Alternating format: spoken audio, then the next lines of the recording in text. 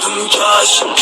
Kör olaydım, kör olaydım, lal olaydım, ama tez ayılardım. Sevilen sözünü işitmezdim, hıyanet etmeyi görmezdim, bilmezdim, dinmezdim. Kaş sevgili senden öğrenmezdim. Sensiz yorulup kollar kollar, karanlık gelir yollar yollar. Gittiğim yolu unutmuşam, kayıt mene sen olar ne olar. Etirafsın hemen müracaat, ne kadar olar bu mübahisə. Bezdiğime parmak mübarise, boğaza yığdı bu münasibet. Sana mahnalar bir daha ait olmasın, hiç ne artık yok ait olunası.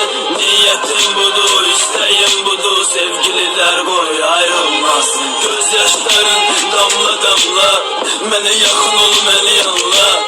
Günler geçer, iller geçer, belki bizde yine ne sağlanır.